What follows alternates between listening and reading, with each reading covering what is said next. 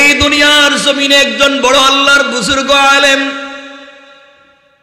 চলার পথে, দুনিয়ার জমিনে চলার পথে হাঁটতে হাঁটতে তিনি একটা কবরস্থানের কাছে দিয়ে, গোরস্থানের পাশে দিয়ে চলে যাচ্ছেন। একজন আল্লাহর বুজুর্গ আলিম যাওয়ার সময় তিনি শুনতে পান, কবরের কাছ থেকে শুনতে পান, কবরের ভিতর থেকে কে যেন কোরআন তেলাওয়াত করে। আল্লাহর ওলি দাঁড়িয়ে গেলেন, বুজুর্গ আলেম দাঁড়িয়ে গেলেন। কে রে এত সুন্দর করে কোরআন তেলাওয়াত করে যায়?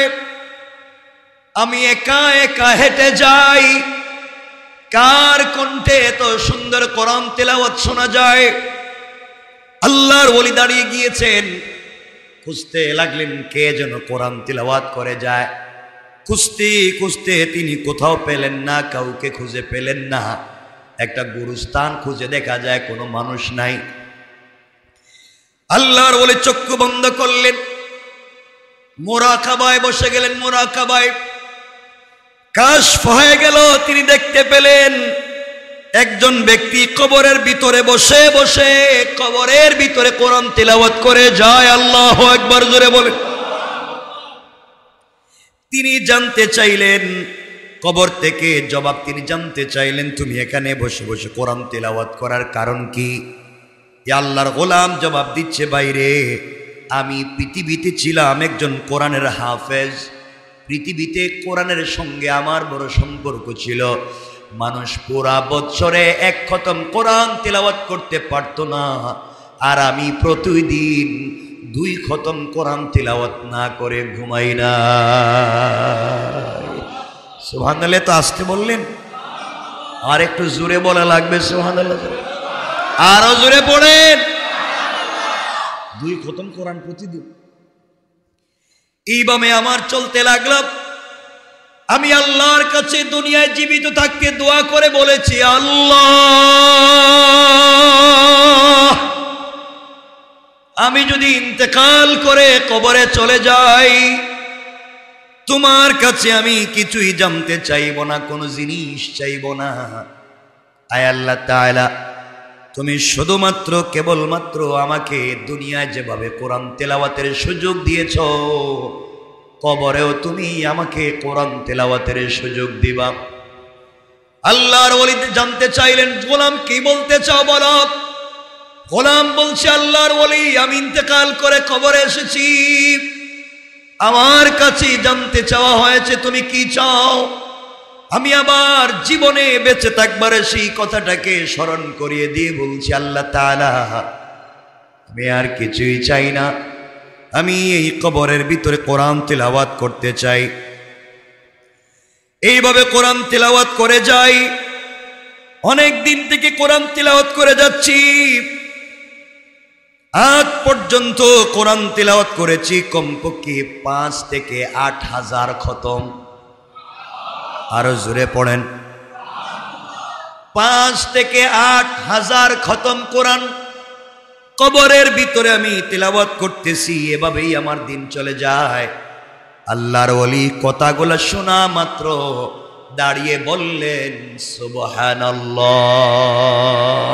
আল্লাহু আকবার বলেন। সুবহানাল্লাহ বলার সাথে সাথে কবরের ভিতরের ব্যক্তি কান্নায় ভেঙে পড়েছে, ডাক দিয়ে বলেছে, আল্লাহর ওলি আপনার পায়ে ধরি, আমি 8000 বছর কোরআন তিলাওয়াত করেছি, ওই তিলাওয়াতগুলো আপনি নিয়ে নেন, আর আপনার ওই 1 সেকেন্ডের সুবহানাল্লাহর সওয়াবটুকু আমাকে দিয়ে দেন। আল্লাহর ওলি জানতে চাইলেন, যুবক রে তুমি 8000 বছরের কোরআন তিলাওয়াত আমাকে দিয়ে দিতে চাও, আর আমার 1 সেকেন্ডের সুবহানাল্লাহ নিয়ে নিতে চাও, কারণ কি জানতে চাই। যুবক জবাব দিচ্ছে, আল্লাহর ওলি কবরের ভিতরে দীর্ঘদিন থেকে 5 থেকে 8 হাজার বছর 5 থেকে 8 হাজার খতম কোরআন তেলাওয়াত করেছি, 1 পয়সারও সওয়াব হয় নাই। আর আপনি যে একবার সুবহানাল্লাহ বলেছেন, আমার 8000 খতম কোরআন তিলাওয়াতের চাইতে 1 কোটি গুণ বেশি সওয়াবের মালিক হয়ে গিয়েছে। কারণ আপনি দুনিয়ায় জিন্দা, আপনি শ্বাস ফেললে সওয়াব, আর আমি কবরে আমি সিজদা দিলেও সওয়াব নাই, তিলাওয়াত করলে সওয়াব নাই। কারণ কবরের জগৎ সওয়াবের জগৎ নয়, আমলের জগৎ নয়, প্রতিদানের জগৎ। আর আপনি যেই জগতে আছেন সওয়াবের জগৎ। আমি 8000 কোরআন খতম করে যেই সওয়াব পাই নাই, আপনি একবার সুবহানাল্লাহ বলে তার চাইতে কোটি গুণ বেশি সওয়াব পেয়েছেন। সুতরাং এখনো আমি আপনি বেঁচে আছি, এখনো চাইলে, আজও চাইলে জাহান্নামের দরওয়াজাগুলোকে বন্ধ করে, আজও চাইলে নিজের ইচ্ছায় আমরা আল্লাহর কাছে চেয়ে জান্নাতের দরওয়াজা খুলে নিতে পারি। কোন ঠিক কিনা? ঠিক কিনা বলেন? আমরা প্রতিনিয়ত জান্নাতের দরজা বন্ধ করেই চলছি। আমরা আপনারা বুঝি না, জান্নাতের দরজা শুধু বন্ধ করেই চলছি, খারাপ পথেই চলছি। জানি না কার গুনাহ কাকে কোন জায়গা পর্যন্ত নিয়ে যায়, কোন জায়গা পর্যন্ত আপনাকে আমাকে নিয়ে যায়। আমার বন্ধুগণ, কথাগুলো দিল থেকে শোনেন।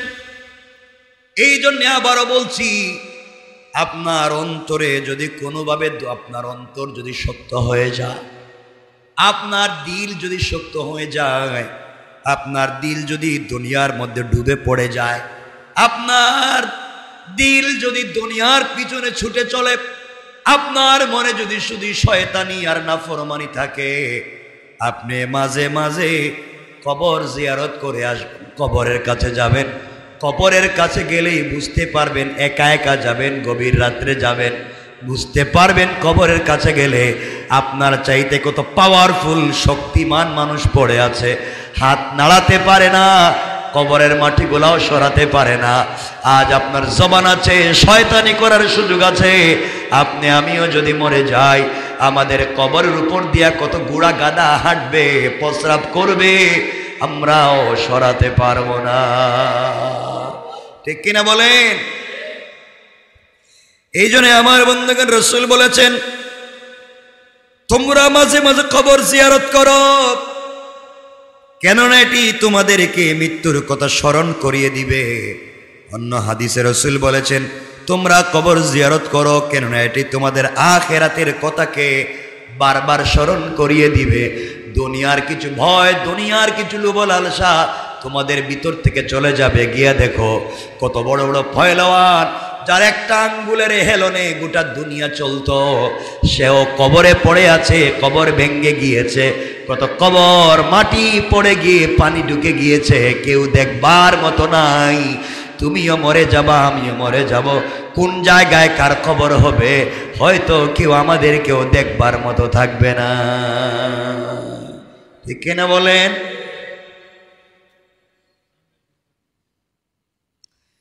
এই জন্যে খুব মনোযোগ দিয়ে শুনেন, দুনিয়ার জমিনে আমাদেরকে কি করা লাগবে।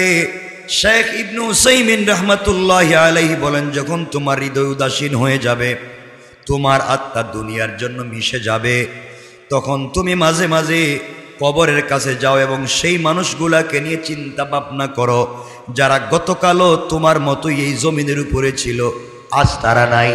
একটাবার বেলুরের কাছে যাও, গিয়ে দেখো কালকে যারা গতকালকে ভাই বন্ধুরে নিয়া এখানে সবাই যায়, আড্ডা মারার জন্যে যায়, ছেলে পেলেরা যায়, ওখানে খাওয়ার জন্যে যায়, কাচ্চি খাওয়ার জন্যে যায়, সবাই তো ওইগুলাতে, ওই বিল্ডিংগুলাতে খাওয়ার জন্যই যাইতো, সবাই বন্ধু বান্ধব নিয়ে খাইতেছিল, কত আড্ডা মারতেছিল, কত হয়তো পানির বোতলে চুমুক লাগিয়েছিল, ওই সময় আজরাইল চলে এসেছে।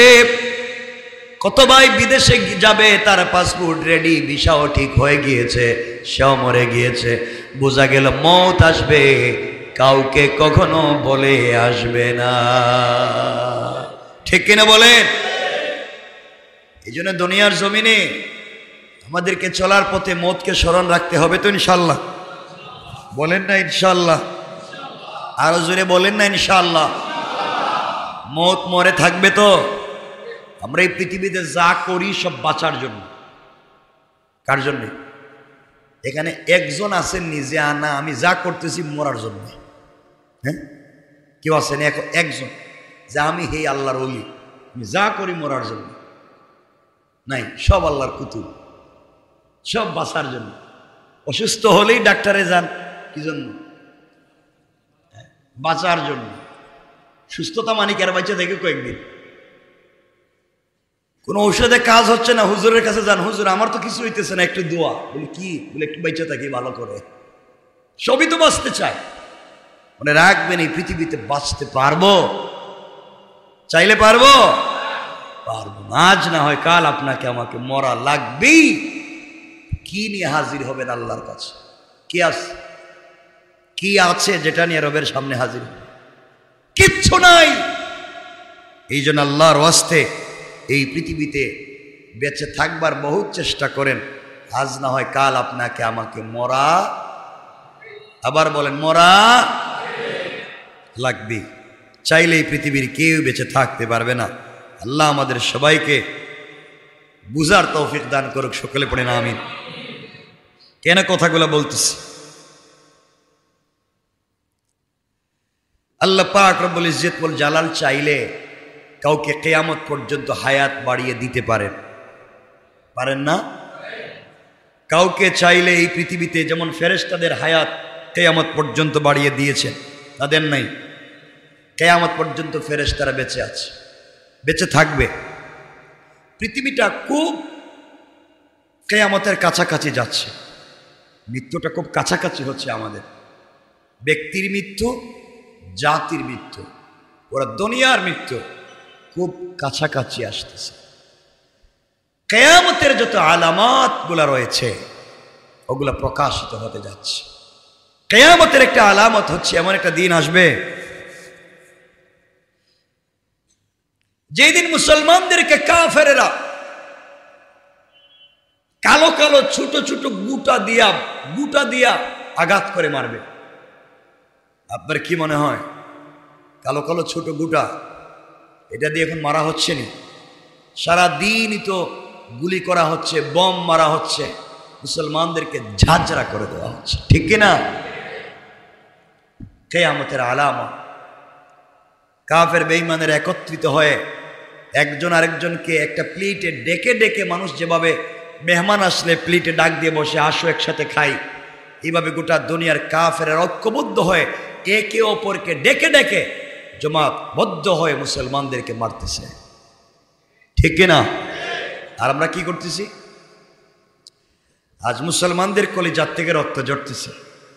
দুনিয়া থেকে দিনকে মুছে দেওয়ার ষড়যন্ত্র চলছে, ইসলামের সংস্কৃতিকে ধ্বংস করে দেওয়ার ষড়যন্ত্র চলছে। আর আমরা এখন আছি নিজেরাই কামড়া কামড়িতে ব্যস্ত, নিজেরাই মারামারিতে ব্যস্ত, একজন আর একজনের বিরুদ্ধে সারাদিন লেগেই আছে। আজ মরবো না কাল মরবো, এর কোনো চিন্তাই নেই, ঠিক কিনা বলেন?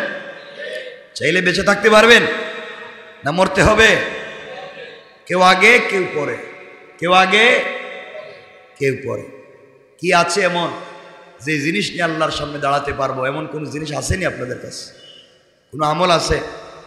আলাদা কোনো স্পেশাল আমল আছে যে এটাই আছে আমার, ওইটা নিয়ে দাঁড়ায় যাইব, রব মাফ না দিয়ে পারবে না? আছে কিছু? কি নাই? কিছুই নাই। এই পৃথিবীতে আল্লাহ চাইলে কাউকে হায়াত দিতে পারেন। যেমন ইতিহাসে পাওয়া যায় হযরত খিজির অথবা হযরত খাজির, তাকে আল্লাহ তাআলা হায়াত দিয়েছিলেন। ইতিহাসে পাওয়া যায় তিনি আবে হায়াত পান করেছিলেন। আবে হায়াত মানে কি এর পানি? হ্যাঁ, হায়াত, জীবনের পানি, মৃত্যুবরণ না করার মতো পানি পান করেছিলেন। এটা আসেনি দুনিয়া, এমন কিছু আছে? ইতিহাসে পাওয়া যায়, আমরা দেখি তিনি কি করেছিলেন, আর আমরা এটারে কি বলি। কোরআন শরীফে হযরত যুলকারনাইন সম্পর্কে আলোচনা আছে। যুলকারনাইন তিনি একজন অপরাজেয় বাদশাহ ছিলেন। পৃথিবীর পুরা পৃথিবী বাদশাহ ছিলেন, সমস্ত দেশ সমূহ তিনি জয় করেছেন। আল্লাহ পাকের খাস বান্দা এবং ওলি ছিলেন। সুবহানাল্লাহ বলেন। তিনি পুরা দুনিয়া ইসলামের ঝান্ডাকে উড্ডীন করেছিলেন পুরো পৃথিবীতে। ইতিহাসে তাকে বাদশাহ সিকান্দার নামেও চিনে। বাদশাহ সিকান্দার কেউ কেউ তাকে আলেকজান্ডার দি গ্রেট নামেও বলে থাকেন। আমি বললাম জালেম ইয়াজুজ, যাদেরকে আমরা ইয়াজুজ এবং মাজুজ নামে চিনি, চিনেনি আপনারা? নাম শুনছেন তো? ইয়াজুজ মাজুজ, এই দুই জাতিকে প্রাচীর দিয়ে আবদ্ধ করে রেখেছিলেন যিনি, তিনি হচ্ছেন জুলকারনাইন। এরা পৃথিবীতে বের হয়ে আসতে চায়, পৃথিবীবাসীদেরকে খেয়ে ফেলতে যায়, তো পুরো রাত জিব্বা দিয়ে চাটে, ওয়ালে চাটতে চাটতে চাটতে চাটতে পৃথিবীতে বের হয়ে আসতে চায়, পুরো জাতিকে খেয়ে ফেলতে চায়। যখনই শেষ, এখন চাটলেই তারা বের হয়ে যাবে, এমন সময় আজানের টাইম হয়ে যায়, সূর্য উদিত হয়ে যায়, আর তাদের চাটা বন্ধ হয়ে যায়, ওয়াল আগের জায়গায় চলে যায়। আল্লাহু আকবার। এত আসতে এই জাতিকে বন্ধ করে এরা কিয়ামতের আগে বাইরিব। এখন তো ইয়াজুজ মাজুজ বাইরে এসে, ওই ইয়াজুজ মাজুজ নেই, মানুষের মধ্যে ইয়াজুজ মাজুজের অভাব আসেনি। ওমা আছে, পাবলিকরে খায় ফেলায়, সব সব দিয়ে দোহেরে, সব পাওয়ার পরে হে খুশি না। এমন ইয়াজুজ মাজুজ আসেনি? কথা বলেন না কেন? আমার বন্ধুগণ,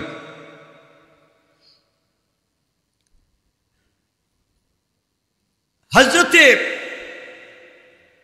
খাজির বা খিজির জানতে পারলেন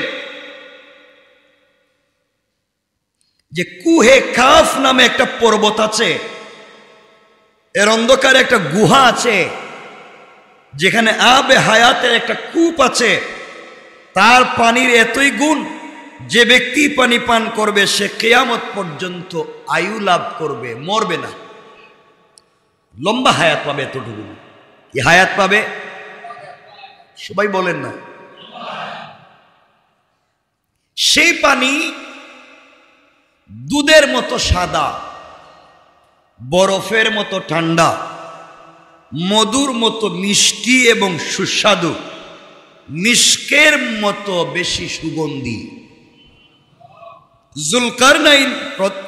জুলকারনাইন যে বাদশা ছিলেন, তার প্রধানমন্ত্রী ছিলেন হযরতে খিজির।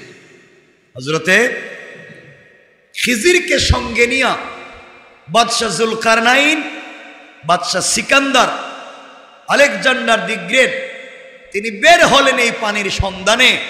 যেভাবেই হোক এই পানির পান করা লাগবেই, এই পুরো পথে নিয়ে আসতে গেলে হায়াত লম্বা হওয়া দরকার। যেভাবেই হোক এই জাতিকে দিনের পথে আমারে আনা লাগবেই। দেখি তুই পানি পাওয়া যায় না, বাইরে কে?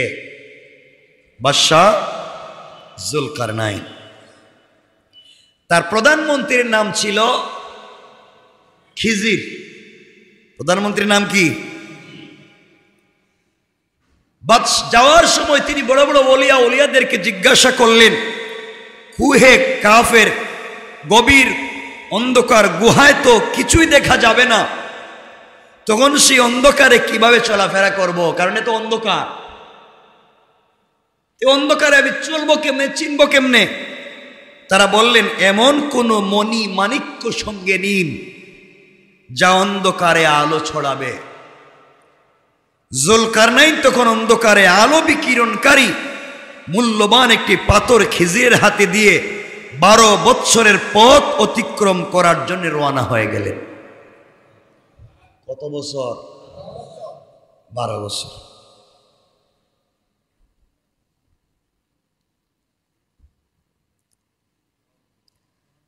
খুব মনোযোগ দিয়ে শুনবেন। পুরা পৃথিবীর রাজ কার্যের ভার, বাদশাহীর ভার একজন বিশ্বস্ত সহচরের কাছে, বিশ্বস্ত কর্মচারীর হাতে ন্যস্ত করলেন। পুরা দেশের, পুরা দুনিয়ার বাদশাহী দিলেন একজন বিশ্বস্ত সহচরের কাছে। বিশ্বাস সেটা রাখবে। আজকালকে বিশ্বস্ত সহচর আসেনি, সব খায় ফেলাইব। যাওয়ার সময় ঘর বাড়ি যা আছে এটাও লিয়ে যাবে, যাওয়ার সময় বাচ্চা কাচ্চারাও ঘুম করে লিয়ে যাবে। হ্যাঁ, ঠান্ডা বাচ্চাও খায় ফেলে। মানে বিশ্বাসে আঘাত করে এমন পৃথিবীতে লোক নাই, একবারই নাই। আচ্ছা, সঙ্গে নিলেন প্রায় 1000 সহচর। কতজন মানুষ সাথে নিলেন? 1000। প্রয়োজনীয় খাদ্যদ্রব্য নিলেন। দীর্ঘকাল পথ চলার পর, লম্বা কথা সংক্ষেপ করে বলতেছি, এক পর্যায়ে তিনি কুহে কাহাফে গিয়ে পৌঁছলেন। কিন্তু সূচিবেদ্য ঘাড় অন্ধকার, সবাই পথ হারিয়ে গেলেন। অন্ধকারে কি করলেন? অন্ধকারে কি পথ দেখা যায়? পথ হারিয়ে ফেললেন। অন্ধকারের কারণে 1000 সাথী একে অপর থেকে বিচ্ছিন্ন হয়ে গেলেন। কে কোথায় কারো কোনো খবর নাই। এভাবে চলে গেছে প্রায় 1 বৎসর। অন্ধকারে চলতে চলতে চলতে চলতে কোথায় কে কারোর সাথে কারো দেখা নাই। সবাই একদিন ঘুরতে ঘুরতে গিয়া আবার রাজধানীতে বাইরে হইল। কোথায়? যারা খুঁজতে আইলেন সব শেষ। কিন্তু হযরতে খিজির আলাইহিস সালাম সেই অন্ধকারের মধ্যে ঘুরে বেড়াতেন, কারণ তার কাছে একটা জিনিস আছে। কি? পাথর। কি মনে আসেনি? তিনি সেটা বাহির করলেন, কারণ পাথর তো তার কাছেই আছে। বাহির করলেন, সাথে সাথে গুহা আলোকিত হয়ে গিয়েছে। সুবহানাল্লাহ বলেন। কিছুক্ষণ অনুসন্ধান করতে করতেই তিনি আবে হায়াত কূপটি পেয়ে গেলেন। তিনি আল্লাহর দরবারে শুকরিয়া আদায় করলেন এবং অঞ্জলি ভরে তিনি তা পান করলেন। সুবহানাল্লাহ বলেন। কেউ কেউ বলেন এজন্য হযরতে খিজিরকে আল্লাহ কিয়ামত পর্যন্ত হায়াত লম্বা করে দিয়েছেন। আর আমরা বলি আল্লাহ তাআলা ইচ্ছা করছেন খিজিরকে কিয়ামত পর্যন্ত বাঁচিয়ে রাখবেন, এই জন্য তার হায়াতকে বাড়িয়ে দিয়েছেন। পড়েন সুবহানাল্লাহ।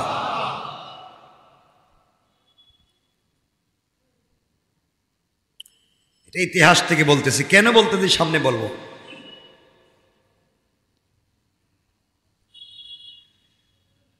আবার আপনাদেরকে বলতেছি, এখন আপনারা মনে করতে পারেন তাহলে এই কূপের পানি পান না করলে বোধহয় কেউ বাঁচবে না কিয়ামত পর্যন্ত। আল্লাহ চাইলে এই কূপের পানি পান না করাইয়াও কাউকে বাঁচিয়ে রাখতে পারেন। পারেন? কাউরে রাখছেন? কে? হ্যাঁ, কেউ আসেনি? আমরা বলেন যে বাইচা আছে এখন পর্যন্ত? কেউ আছে? কি কর? হ্যাঁ, আরে না, এই কূপের পানি পান না করেও দুনিয়া এখনো বাইচা আছে। কেউ আছে? জানা নাই। হ্যাঁ, না, তিনি তো দুনিয়া নেই, আমি দুনিয়ার কথা বলতেছি। এই পৃথিবীতে এই আবে হায়াতের পানি পান না করেও বেঁচে আছে শয়তান। শয়তান কে? বাইচা আছে না মরে গেছে? গা না মরে গেছে? আছে না নাই? কোন হায়াতের পানি পান করছে? পানি পান না করেও বেঁচে আছে। এরে বাঁচিয়ে রাখছেন কে? আরো জোরে বলেন কে? আল্লাহ চাইলে পারেন কি পারেন না? কিন্তু এখানে একটা ভিন্ন ঘটনার কারণে এটা হচ্ছে। আমার বন্ধুগণ,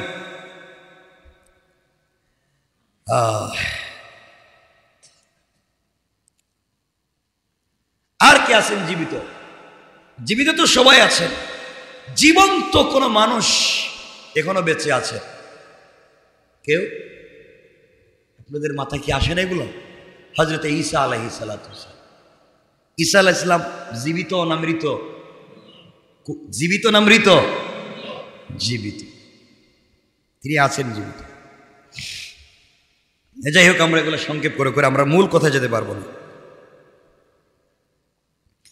ঈসা আলাইহিস সালাম পৃথিবীতে আসবেন, আবার আসবেন, কিয়ামতের আগে আসবেন, এটা সত্য। নবী হয়ে আসবেন না, তিনি তোমার আমার মতো উম্মত হয়ে আসবেন। আল্লাহু আকবার বলেন।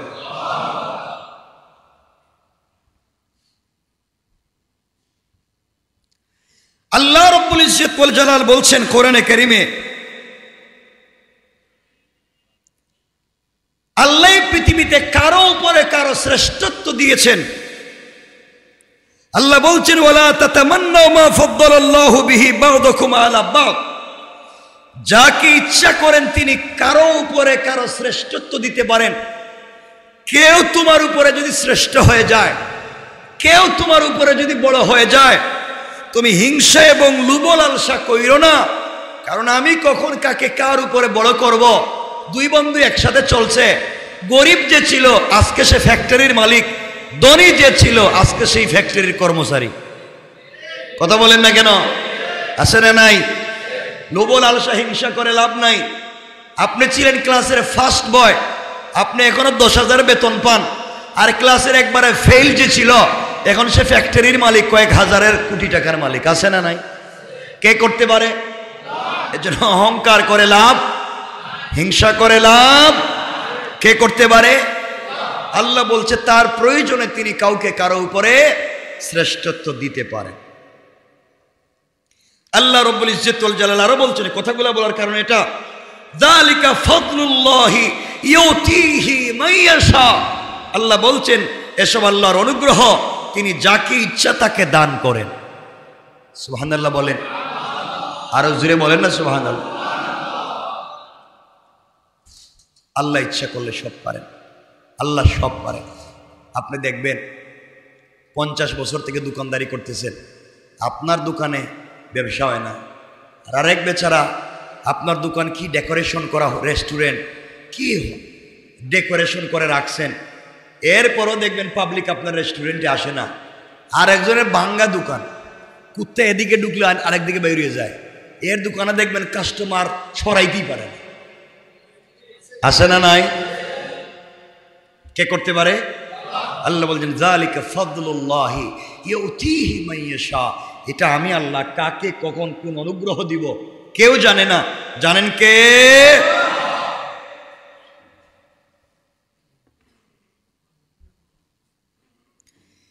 এই জন্য কথাগুলো দিল দিয়ে শুনবেন কি বলতে চাই।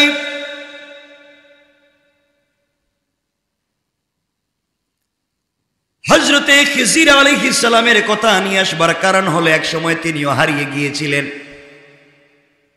হাতের মধ্যে সেই পাথরও তিনি হারিয়ে ফেলেছিলেন। তিনিও রাস্তাঘাট ভুলে গিয়েছিলেন, বুঝতে পারলেন মন চাইলে কোনো জিনিসের মাধ্যমে পৃথিবীতে বেঁচে থাকা যায় না। পৃথিবীতে বেঁচে থাকতে হবে একমাত্র অনুগ্রহ লাগবে কার?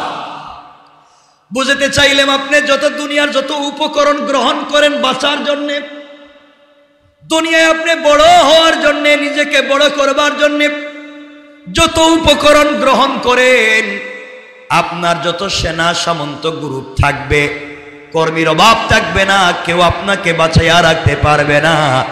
কিয়ামত যখন আসবে, বিপদ যখন আসবে, আপনার উপরেও আসবে, আর পৃথিবীতে বাঁচাইয়া রাখতে পারেন একমাত্র আমার আল্লাহ। দেখবেন রোড অ্যাক্সিডেন্ট করে গাড়ির 20 জন যাত্রী সবাই মরে গিয়েছে, কুলের বাচ্চার শরীরে একটা আঁচড়ও লাগে নাই। আছে না নাই? নদীতে দেখবেন লঞ্চ ডুবে সবাই মরে গিয়েছে, কিন্তু কুলের বাচ্চাটাকে বাঁচাইয়া রেখেছেন কে? আরো জোরে বলেন কে? আল্লাহ এগুলা পারেন। আল্লাহ রাব্বুল ইজ্জত ওয়াল জালাল যাকে ইচ্ছা সেই ফজিলত দান করেন। যুলকারনাইন নিজের ভুলের জন্য অনুতপ্ত হয়ে গেলেন, নিজেকে ইসলাহ করে ফেলেছিলেন। মুসা আলাইহিস সালাম দীর্ঘ আয়ুর চেয়েও আল্লাহ প্রদত্ত আয়ুকে পছন্দ করেছিলেন। আল্লাহ রাব্বুল ইজ্জত ওয়াল জালাল মুসা আলাইহিস সালাতু ওয়াস সালামকেও হায়াত দিয়েছিলেন। মুসা আলাইহিস সালাম আল্লাহর উপরে ছেড়ে দিয়েছিলেন, বলছিলেন আল্লাহ যদি চায়, যতদিন আল্লাহ চাইবে ততদিন আমি পৃথিবীতে বেঁচে থাকবো, আল্লাহ যেদিন চাইবে না পৃথিবীতে বেঁচে থাকবো না। আমি এতক্ষণ আলোচনা করে বুঝাতে চাইলাম পৃথিবীতে আমি আপনি যা অর্জন করি সব কিছু দান করেন কে? আরো জোরে বলেন কে? তাহলে আপনি হিংসা করেন কেন? তাহলে হিংসা করেন কেন? আপনার হয় না আমার হয়ে গেছে, আমার হয় না আপনার হয়ে গেছে। আল্লাহ বলছেন যালিকা ফাদলুল্লাহি ইউতি মাইয়াশা, আমি যাকে ইচ্ছা তাকে দিব, তা আপনি হিংসা করবেন কেন? কথা কি বুঝতে পেরেছেন? দিতে পারেন কে? কেন বললাম আমরা 1 মিনিটে সংক্ষেপ করে দেই। হযরতে আজরাইল আলাইহিস সালাতু ওয়াস সালাম সরাসরি এসে জান কবজ করে নিয়ে যান না, তিনি তার বাহিনী পাঠাইয়া দেন। কিন্তু নবীদের কাছে আসার সময় তিনি নিজে আসেন, অনুমতি নিয়ে আসেন। মুসা আলাইহিস সালামের কাছে জিব্রাইল ফেরেশতা মানুষের সুরতে এসে অনুমতি চাইলে মুসা আলাইহিস সালাম লোকটিকে জিজ্ঞাসা করলেন, তুমি কে? জবাব দিলেন, আমি জিব্রাইল, আপনার জীবন নিতে এসেছি, আপনাকে দুনিয়ার থেকে নিয়ে যেতে এসেছি। আপনি কি এখন যান কবজ করার অনুমতি দিবেন? মুসা আলাইহিস সালাম ভাবলেন লোকটা হয়তো ফেরাউনের লোক হইতে পারে। কার লোক? কারণ আমাকে মারার জন্য ঘুরতেছে কে? মুসারে মারার জন্য, আমারে না, আমার কথা কইতেছি, আমারে মারার জন্য আবার কে ঘুরবে? মুসাকে মারার জন্য ঘুরতেছে কে? ফেরাউন এবং ফেরাউনের বাহিনী। আজরাইল আইসা যখন বলছেন আমি আজরাইল আপনার জীবন নিতে আসছি, মুসা চিন্তা করছে কি এর আজরাইল? আজরাইল কি তা বাড়ি মানুষের মতনই? এটা মনে হয় আজরাইল না, তা ফেরাউনের কোন লোক হইব? আমারে ঠকাইয়া মারতে চায়। দিছেন এক থাবড়া, এক থাপ্পড়। কে বলছেন ঘুষি মারলেন, সাথে সাথে আজরাইলের দুইটা চোখ উপড়ে পড়ে গেল, উপড়ে গেল। মানুষরূপী ফেরেশতা আল্লাহর কাছে বলছেন, আল্লাহ আপনি কার কাছে জীবন নিতে পাঠাইলেন? এই লোকটা তো আমার উপরে বিশ্বাসী রাখলো না, এমন মায়ের দিছে, দুই চৌকি এখন নাই, এমন মায়ের দিছে।